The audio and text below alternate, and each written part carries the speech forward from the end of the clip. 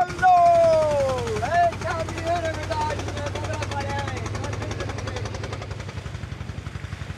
Jeg er en seiler på livets hånd, på tidens skiftende bølge. Til Herre Jesus meg kursen går, og denne kurs vil jeg følge. Han syng den sången han oftast høyde da han var liten gutt. Da stormene rasa, og sorga låg tung over husa.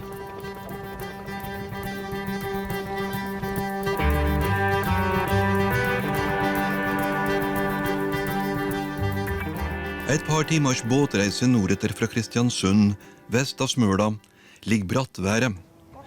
Og her bor et eneste menneske at pensjonert fisker Leif Birger Hagen.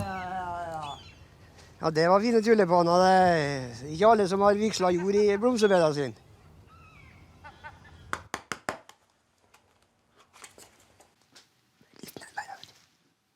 Du holder til snusen? Ja, det er han som har livet med meg. Er det deg? Ja. Er du stor forbruker? Ja, jeg er det. Jeg har et 10 esker hver uke. Så har jeg et husholdningsbudsjett da, kan du si på 1200 kroner. Da går det 800 kroner i snus. 400 kroner i mat. Så du kunne bruke de pengene fornuftig hvis du hadde karakter. Ja, du er enig i det? Ja, helt enig. Har du ikke karakter, altså? Nei, det kan jeg ikke ha, for alle sammen slutter å røyke, alle sammen, men jeg greier ikke å slutte. Ålreit, vi er på Brattværet. Våren er kommet. 18. mai på kalenderen. 17. mai i går, den store dagen. Er det dagen derpå, eller? Nei, Ikke? heldigvis. Den tiden er forbi. Du feirer ikke så hardt? Nei, ja, det skal gjøre noe etter jeg blir 70, og ikke feire 17. mai heller. Feirer du ikke 17. mai? Nei, Fordi? fordi at de karene som laget grunnloven, Ja. de visste ikke at fiskere eksisterte, at Norge som nasjon var Arla, kan du si, eller de var utviklet på handel og sjøfart. Hadde du ikke jord, så fikk du ikke stemmerett. Og det er masse folk på Smøla som mye jord. Altså, båten din heter Hurragutten, men det var ikke hurrarop på Brattværet i går. Nei, det var det ikke, på grunn av det jeg lås i voksen alder. Hvorfor heter båten din Hurragutten, da? Ja, for alle sammen sa at jeg har ikke mot til å kalle det for Hurragutten, og så ble det da 2 hurragutter. til sammen, da. Ja. Ja, så det må jeg bare godta. Du, vi sitter i det som var barndomsheimen din. Hvordan var barneåra på Brattværet? De var vel gode. Skjermet mot alt ondt og gærenskap. Vi hadde det bra. Ja, jeg kan ikke si annet. Men likevel så ble du og familien din med på den store flyttesjauen. Flyttet i 1967 inn til Smøla. Hva var det som gjorde at det drog? Far ble enkemann først på 60-åra, og da satt jeg igjen Ernst i skolepliktig alder, og jeg var vel i arbeid her utpå, og så kabbet det på seg mer og mer, det greiene, skolen var nedlagt, og så fikk jeg et godt tilbud på hus, og så flyttet jeg. Og du har vært fisker hele ditt yrkesaktive liv, men så på dine eldre dager, får vi vel si, når pensjonistalderen nærmer seg, så fant du på å flytte tilbake, selv om dette fiskeværet hadde stått folketomt i mange, mange år. Hva var det som fikk deg til å gjøre noe så dramatisk? Jeg følte meg rett og slett innstengt, jeg har gjort det i alle de år. Og jeg vil oppleve barndomsåra på nytt igjen i fri stil.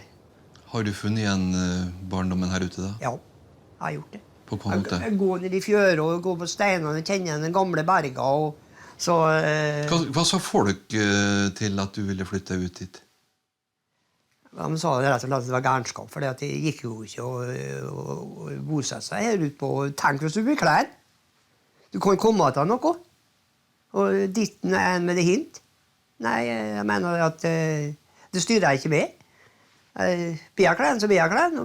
Døra, så døra. Så går jeg meg på Brattværet med, på landet, midt i gatene. Du tror på skjebnen? Ja, kontrakten var skrevet en dag du var født. Og den får du ikke lese av. Ikke noen som får lese den. Og den varer hele livet ute. Uansett hvor du bor? Ja. Styresmakten, hva sa deg da? Styresmakten, jeg vet ikke, hva skal jeg si? Det at første beskjeden jeg fikk flytting, det var at huset eksisterte ikke. Det eksisterte ikke? Nei, det eksisterte ikke huset. Jeg kan i helsingen si, jeg bodde i et hus da, som ikke eksisterte barndomshjemmet mitt, så vi får 1700 da. Jeg fant det huset til slutt, men da var det en fritidsbolig. Helvete, så jeg var fritidsbolig. Jeg har ikke hatt fritid hele mitt liv, jeg drev i skyen, så var det halsløs. Men betyr det noe hva det blir kallet da? Jeg regner med det, fordi at kommunen har jo ikke lagt til rettes for helårsbolig, den tjenesten, helsetjenester og renovasjon og en med det hint. Du får ikke de samme rettighetene hvis det bor i en fritidsbostad? Nei, jeg mener det. Du føler det motarbeid? Ja, høyeste grad. Jeg er bare det som regjeringen har sagt, og det var noen nyttårstaler, og statsministeren her, hvor de skulle hjelpe de eldre og bosette pokkeren hvor du bodde i landet. Men jeg tror han må begynne å forandre på noen talingen sin, litt annet. Revidere.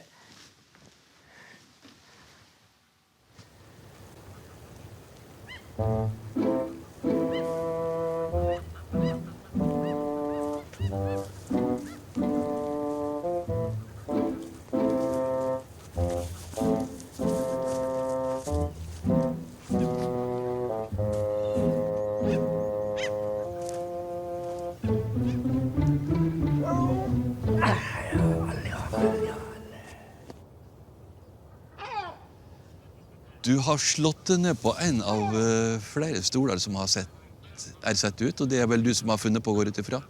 Ja, for å nyte utsikten og hvile meg på, for det er jo kjekt å ha noe å hvile seg på, og så nyter jeg utsikten og hører på fuglen og sola og livet omkring. Og tenker kanskje også på åra som du hadde i det huset som ligger bak deg? Gammelskolen min, ja. Så der gikk alle mine 7 år på. Som er helt bare ærlig 3,5 år, for jeg har 14 dager skole og 14 dager fri. Jaha. Da ble såpass da, så var jeg 14 dager på skolen, og så var jeg med en far 14 dager på skyen. Det var et herlig liv, de 14 dagene. Fra du var liten gutt, altså? Ja, for 10-årsalderen utover, kan du si. Det var et herlig liv da. Men etter at du var ferdig med skolegangen, hva gikk veien da? Da gikk han direkte ut i arbeidslivet, og på brygga innpå her, i forskjellige gjøremål.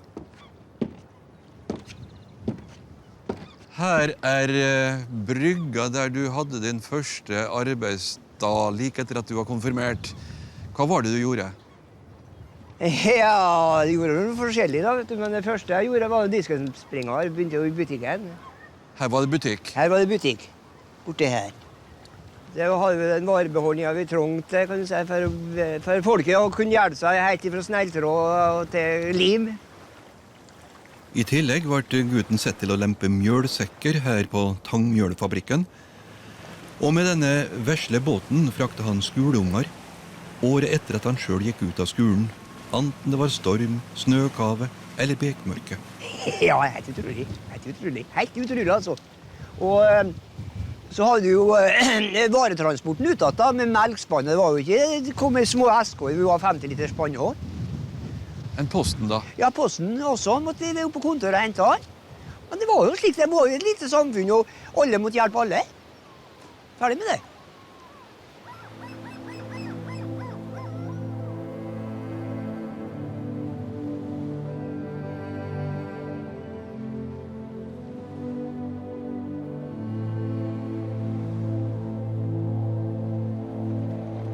Fra brygga og handelshuset på Brattværet har vi klevet opp på det høgste punktet på Holmen.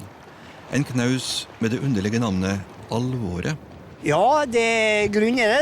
Det er en merkverdig navn, men her så han virkelig alvoret fra tidlige tider, når folket var på havet og fiskerne, de seglet og kolseglet og kjørte i falla og den, så ja, både mor og far, eller mor og unger sto her og kikket.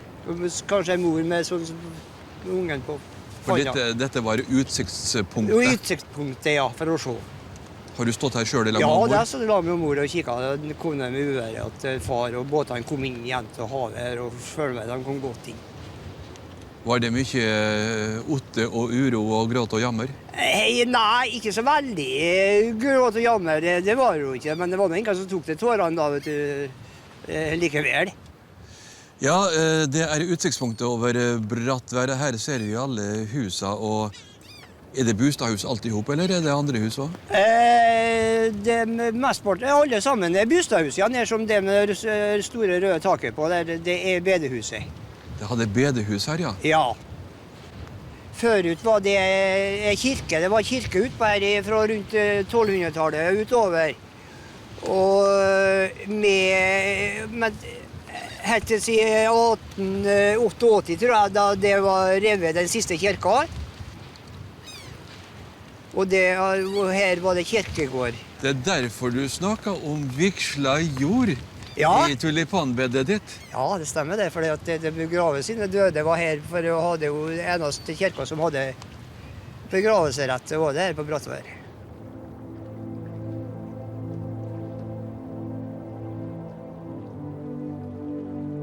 Dagene går, årstidene skifter, og einebueren på Brattværet følger naturens skiftende spel og stemninger, lys og farger. Nå er det vinter i været, selv om det sjelden ligger snø så langt til havs. Men stormdagene her ute er mange.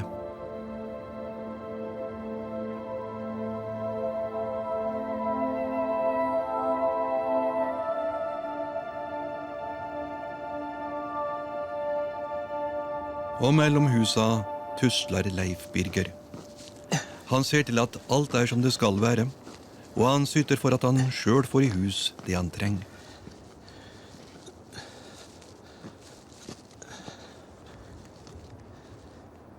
Her ryker det ratt en lårhals. Ja, det er ikke mye om det. Det skal være bare vann på glatt holk. Ja, men hva det betyr at du bærer vann? Det er jo innlagt vann på Brattværet. Ja, det er turistvann, det er jo ikke det er vann det er fastboende. For jeg vil oppleve Brattværet som det var i min barndom. Og da bærer vi alt vann. Og det vil jeg fortsette å gjøre.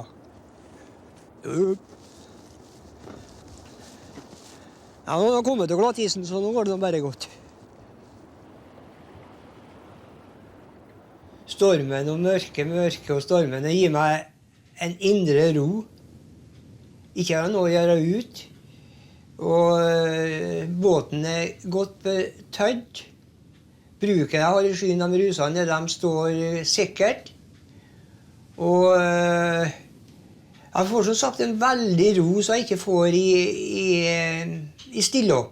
Det mer han bles, og det mer han torner, det mer ja, men det er tilfreds. Du hører bare brølet, sånn kan du si. Og jeg får sånn indre ro helt inn, jeg blir helt avslappet. Ellers så er jeg stresset og oppkaret, men det er mer enn stormer. For da vet jeg har ikke noe å gjøre ut. Ja, men det er noe mer ro i sjela ved å sitte en vakker sommerkveld og se mot solnedgangen. Da greier ikke jeg å få ro i sjela. Jeg greier ikke å få ro i sjela, for jeg er sånn rastløs typ. Dagen blir for kort. Alle mye gjøremål. Gjøremål etter gjøremål etter gjøremål. Og du hører, ja, folk er nå her, og de vil opp og se på sola og solnedgangen, den flotte solnedgangen som vi har her. Så det er alle fred. Alle fred. Jeg får ikke fred, altså, rett og slett ikke. Du sakner slik stormen, du, at du til og med har stormlyder på soverommet når du skal gå til ro? Ja, den har berget meg mye, den radioen der, altså med de stormlydene på, fordi at jeg har den til og med på når det er storm, kan du si, for når stormen slakker litt på meg, så er lyden der. Du vil ha den hele tiden? Ha den hele tiden.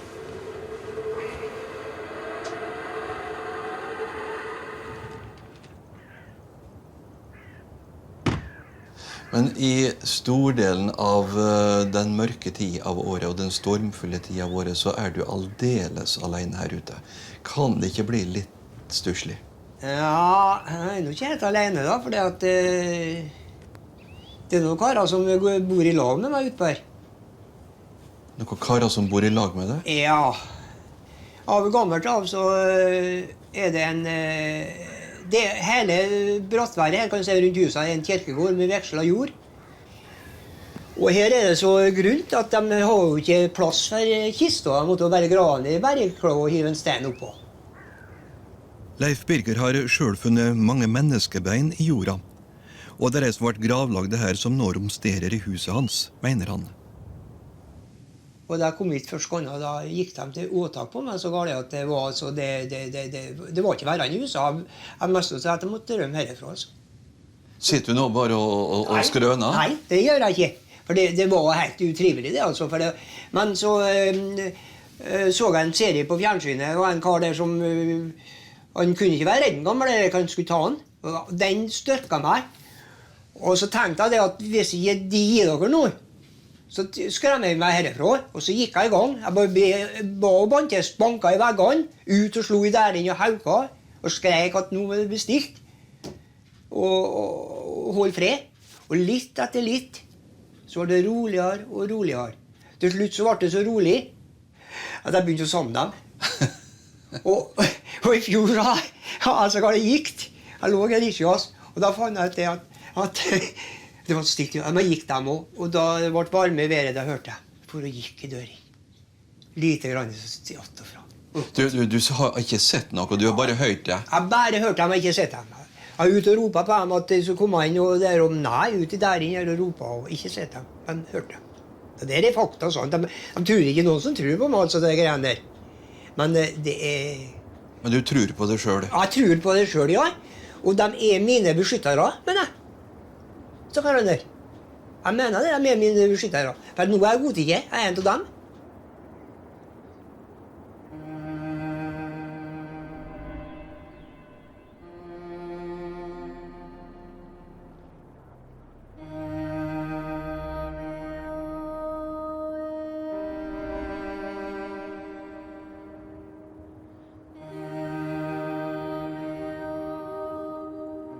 Hva gjør naturen med deg? Jeg får, kan du si, ro, veldig god ro. For det her er ikke noe som bestemmer over noen ting, for du har gått ifra på etter klokka, kan du si, så du begynt, ja, hele ditt liv. Her legger jeg meg når jeg vil, jeg står opp når jeg vil. Jeg kan gå og gjøre akkurat, jeg er min egen her, ikke noe som bestemmer noen verdens ting. Nei, altså jeg har ikke noen mennesker som har det så godt. Som er i verden. Det tror jeg ikke. Jeg setter pris på den stillheten og den roa her ute på. Men det er en del menneskeskapte element som kanskje forstørrer. Hva synes du om disse her vindmøllene som det er så mye av? Jeg synes vindmøllene er fin. Veldig fin. Når du står og kikker på dem, og spesielt i solnedgang og soloppgang, når du ser den vengen går rundt sånn at teppen på sola. Det var en som sa det, det var intervjuet, det var så dansende engler.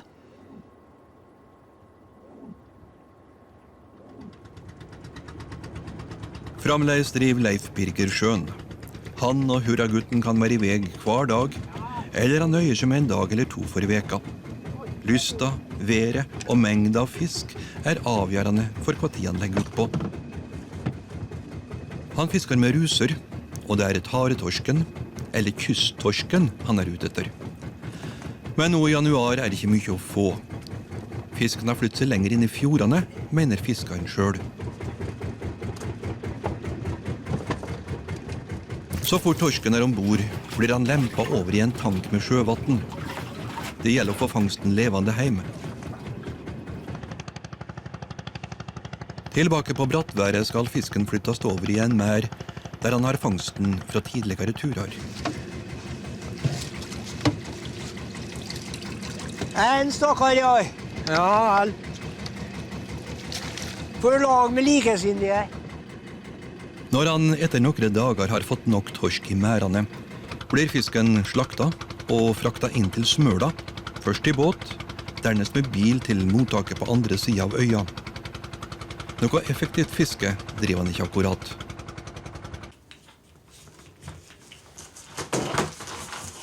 Er han ikke på havet, ordner han på vegnen.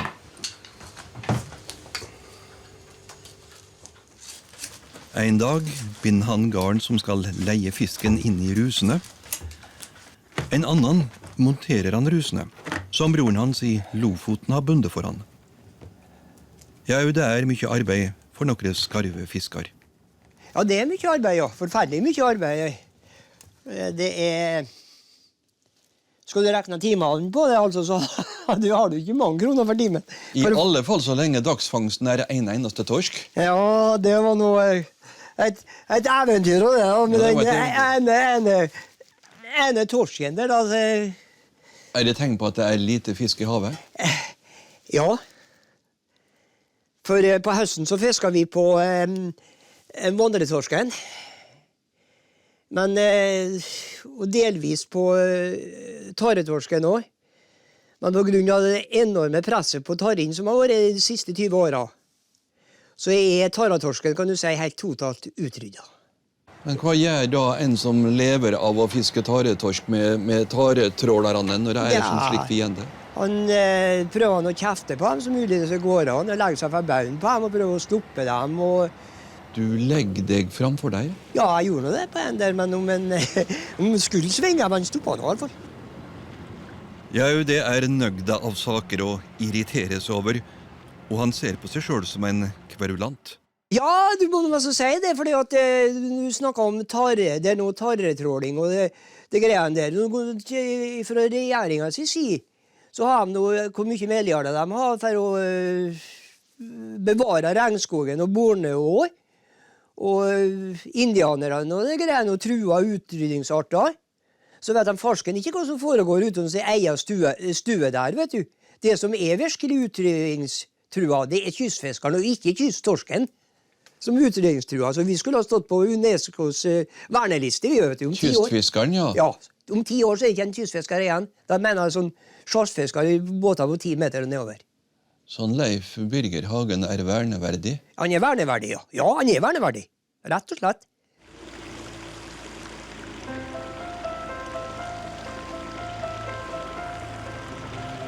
Så en dag kommer det andre folk til Brattværet.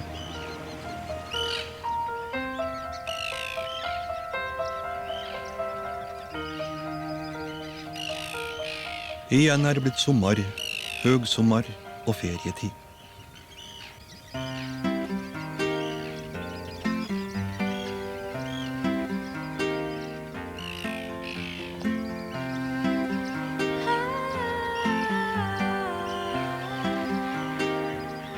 De som flytter ut har vendt tilbake for å møte at barndomslandet, for å nyte gode dager og minnes det som en gang var.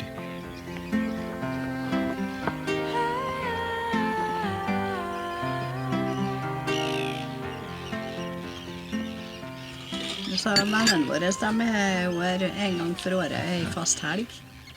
Men huset til Leif Birger står tomt. Fuglen flaug samstundes med at andre kom. Han har søkt inn til Smøla og huset på Råke. Huset han forlet fordi han kjenner seg innestengt.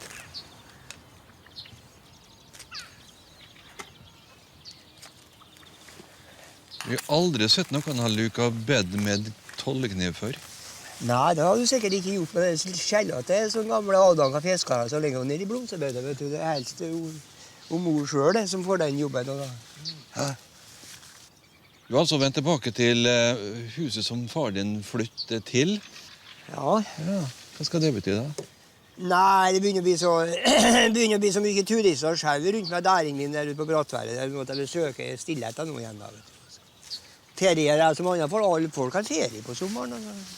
Ja, du seriøs nå? Ja, jeg seriøs, ja. Så bare skal ha ferie av. Jeg bruker å si det, at de kommer og besøker deg, sier jeg. Nei, besøker meg på Brattværet. Har du en ferie som andre folk?